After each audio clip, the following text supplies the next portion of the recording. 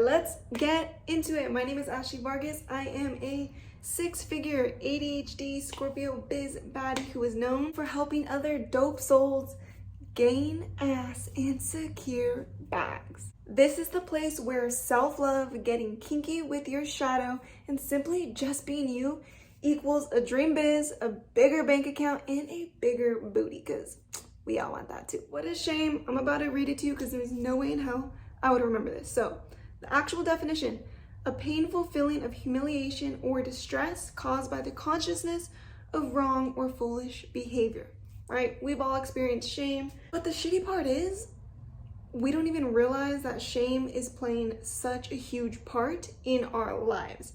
And basically, it is your shadow coming out to play.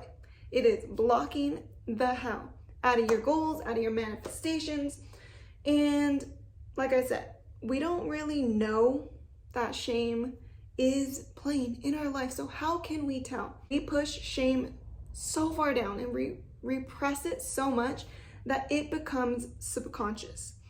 Ways you can catch yourself in the shame rose, and we're gonna get into the shame rose a little bit later, but it's anytime you think something is wrong with you. It expresses itself in like shoulds, like I should be more in shape, I should be further along, or my style is wrong with me, the way I talk is wrong with me. All of those are perfect examples of how shame is expressing itself in your life. What typically happens when we experience shame? We hide, we isolate, we mask ourselves, or we overcompensate to force ourselves to fit in a mold. So for me, I had shame for the longest time around how I acted. Like growing up, I was always told like, you're too old to be acting like that, or like you need to, I don't know, you know what I'm talking about, something like that. So a lot of times I hid that goofier side of me. I put a huge protective shield around me because I was ashamed of that piece. We're gonna hop right into what the shame rose is. I love roses, so I love to use roses in all of my stuff, all of my analogies. I want you to imagine a rose, right? Now, a rose that is rooted with shame is gonna grow its thorns out mad far and make them mad sharp so that it can basically prevent anything coming in, right? So in the rose world, it doesn't want to get picked, right? So it's putting those thorns out, it's making them super sharp, so it's not gonna get picked. With us, we block our manifestations that way, right? We have that shame block around us, those rose thorns pushing out away so that our manifestations are like, whoa, like I don't wanna go near that, right? Or if it does come in, if it does reach to grab that rose, it's gonna get pricked by those thorns, right? It's gonna get hurt. What that is basically self-sabotage. Those thorns, we're putting them out because it's rooted with shame. It's making those rose thorns grow out further and further and sharper to protect us, right? Because ultimately the ego and the shadow, its purpose is to protect us, so we can thank it for trying to protect us, but it doesn't necessarily support our growth. Whoa.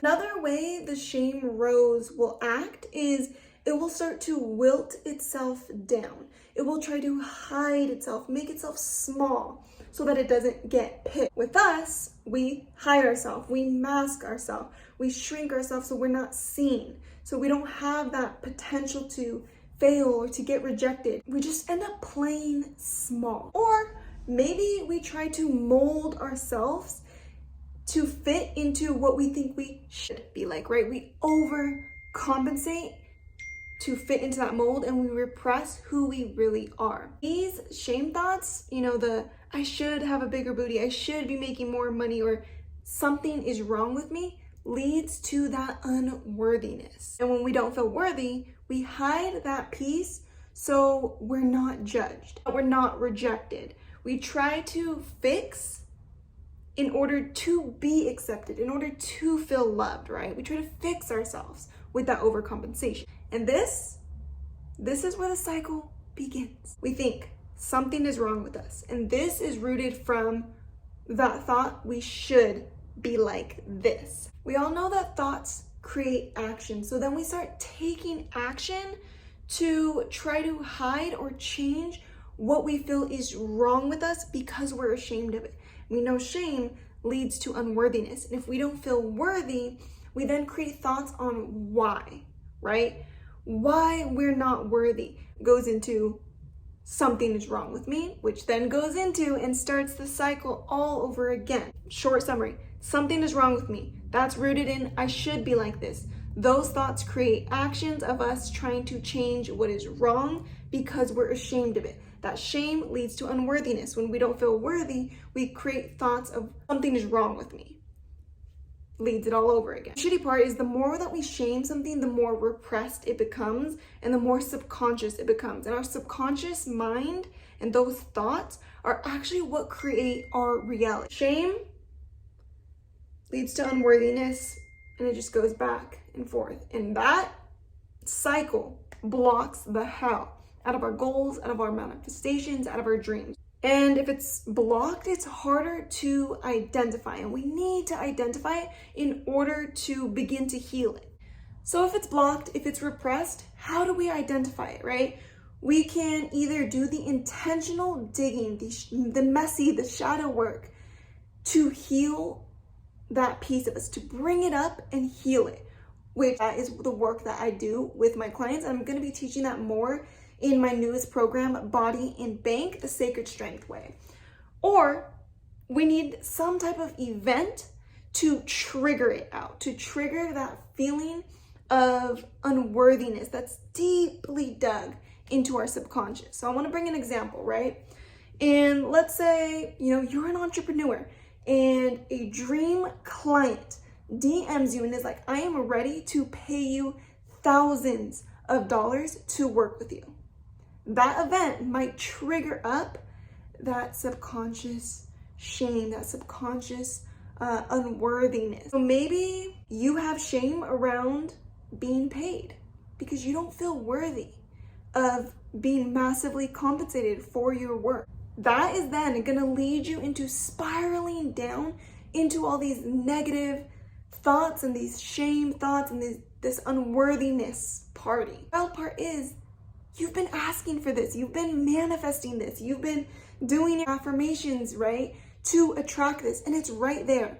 But instead of feeling joy and excitement and being hype and all in for it, you're hit with that subconscious shame, that subconscious unworthiness. Instead of celebrating, you reject it.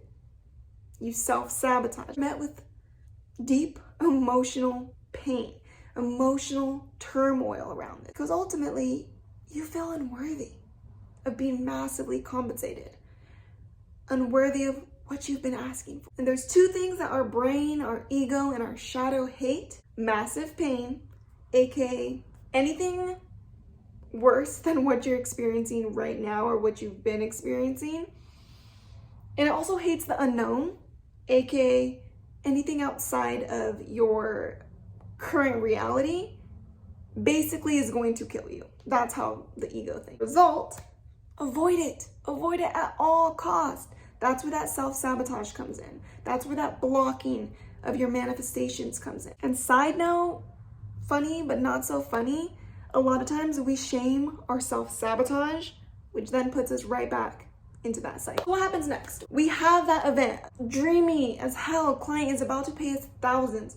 We either get it, and then we're so worried that we're gonna lose it, we don't actually even enjoy it, or we never even get it because those thorns are pushing it away before it even gets to us. Or three, we get it and we self-sabotage it, we lose it, right? Those are the three things that could happen. So that's why I call it the shame rose. When shame is rooted deeply within us, our thorns grow really far out. They grow really sharp. They push away and potentially even hurt what comes close to us. Shame rose then will begin to shrink itself down in an attempt to not be seen or not be picked or not be put in danger.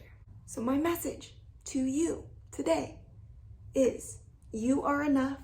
You've always been enough. You were never too much. You are perfect as is. There isn't anything you should be doing or you shouldn't be doing. You're not doing anything bad. You're exactly where you need to be. Your desires are exactly where they need to be. If you desire it, you are so fucking worthy of it. All right, my sacred strength experiment for you so you can start working towards more body and bank is for the next 30 days. I want you to catch yourself every time you use the word should or shouldn't, or catch yourself saying a phrase that is basically saying something is wrong with you. And I want you to ask yourself, where is that should or where is that belief rooted from? What are you actually trying to hide behind that should? What and why do you feel like you're doing something wrong? I want you to give yourself compassion, water, tend to, and nourish your rose.